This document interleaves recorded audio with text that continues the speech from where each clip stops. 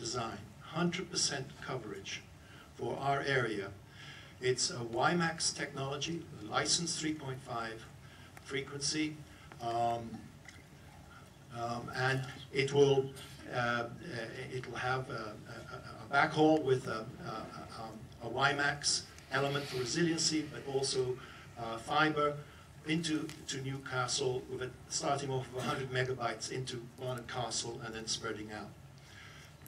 There are lots of things I'd love to share and tell you guys in Cumbria, and particularly the Eden Valley folk who are next door to us. My question though, and this is just sort of hot off the press as it were, one of the key issues that we're facing at the moment is the ISPs. Now talk was just mentioned, Ninet just mentioned it regarding this. In fact, Ninet was the one who gave us the head up on this when we visited you guys. We made it part of the tender requirement that there had to be a default ISP to front end the actual network, the WiMAX network, which is an open network. But what we're finding is that we want competition as well. And there are real costs and barriers to entry to the market.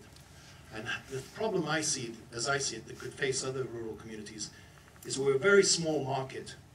There are costs on the engineering side. Not much, but there's still costs, as well as marketing costs, let alone operational costs for ISPs to bear.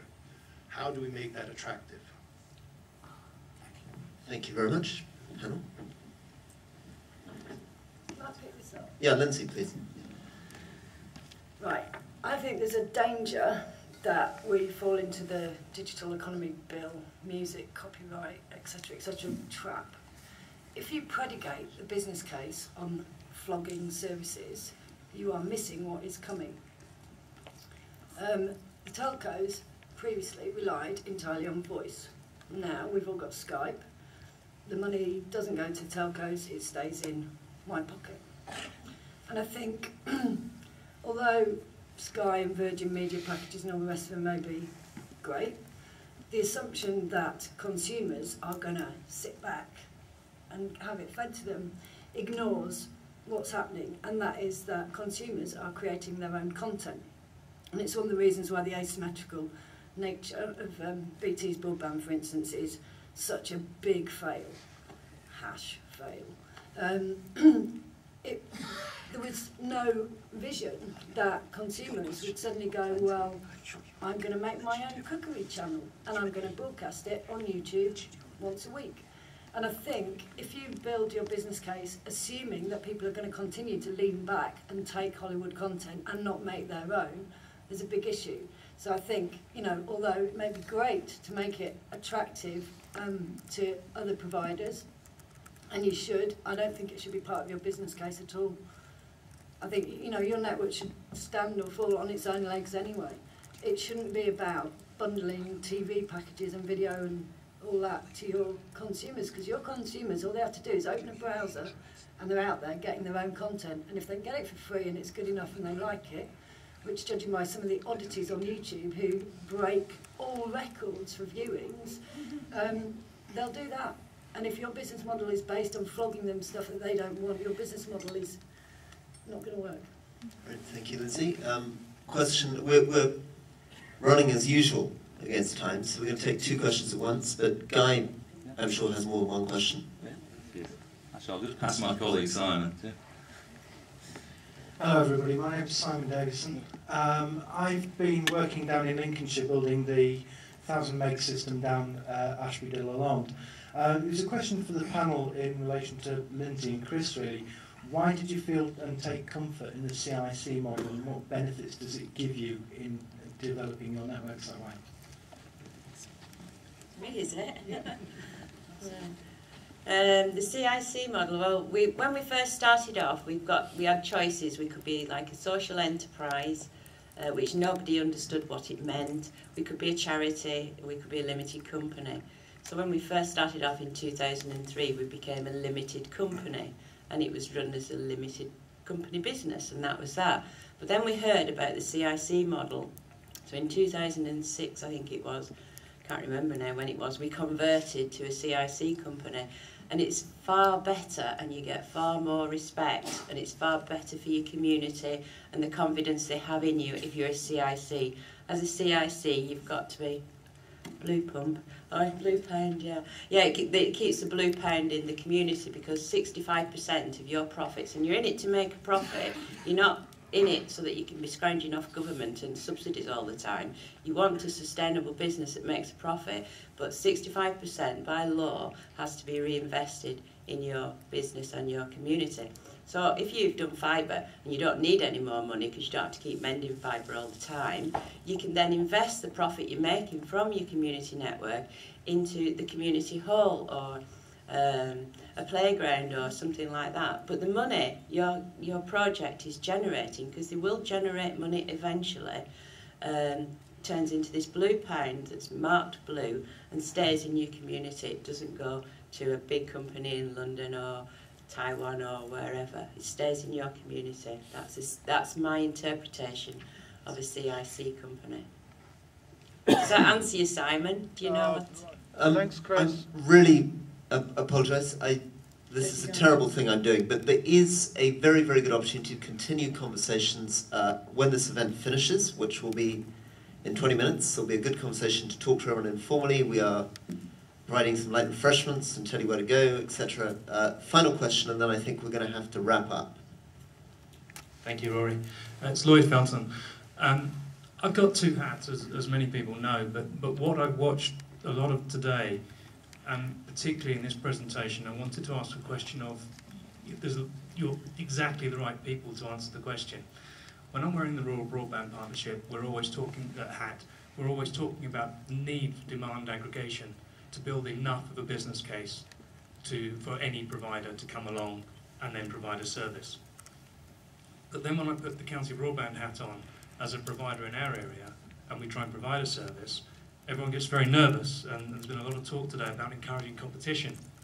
As a niche market provider, what is your views on competition and the dilution of a very, very small market, and how that affects your ability to continue to provide the service?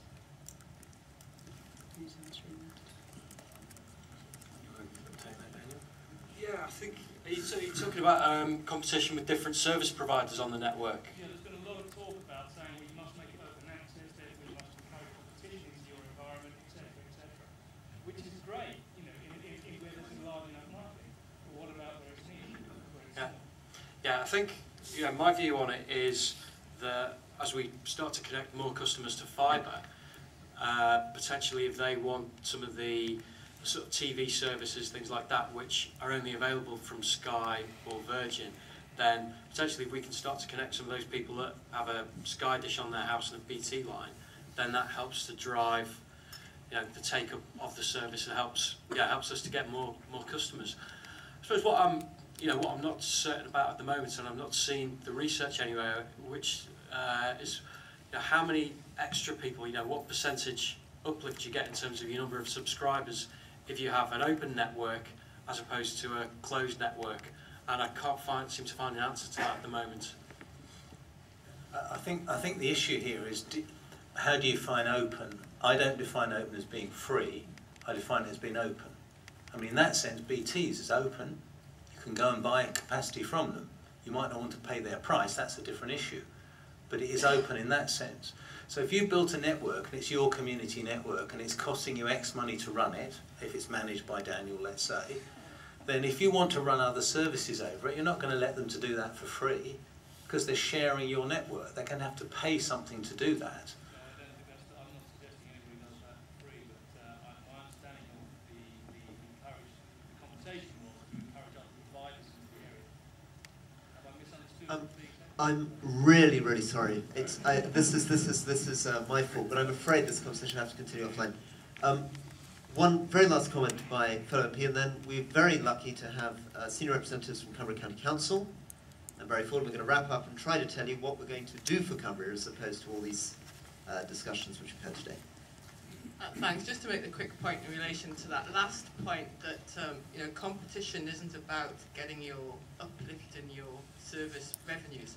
Competition is about people in Cumbria having a choice in service providers. And if you're not offering a choice, then you may attract regulatory requirements. I think, can I just make a quick point about that? Sorry, just a very quick comment.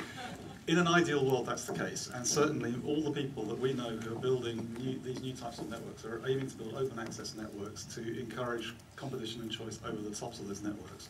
But there are two big problems here. One is Lloyd's problem. He's a small operator, operating in very, very tough circumstances, in places that nobody else actually wants to touch, frankly. And and his revenues and margins are extremely slim. So that's an issue that needs to be addressed in this world that we're trying to move towards. And I appreciate what Lloyd's saying very much, because I think there's an issue there that's got to be dealt with. The second problem is the one where the big service providers frankly think this stuff is all too small and too irrelevant for them to really want to play ball with right now. And I can see their point. They're right. We have to work out how we can ensure that there's a meeting in the middle between the big service providers that we use as our ISPs and new people who are going to come into this market from completely different places are able to access customers on these networks at the right sort of cost, with the right sort of processes and technical and business processes in place. Neither of those two things are easy to solve, but there are problems there which are there to to be worked on and to be solved as we move forward, I think. Well, thank you very, very much indeed to this panel. It's wonderful to have the participation of community groups and the Gamblesby focus and of course the pitching. Thank you all very much. So now we are going into the wrap-up.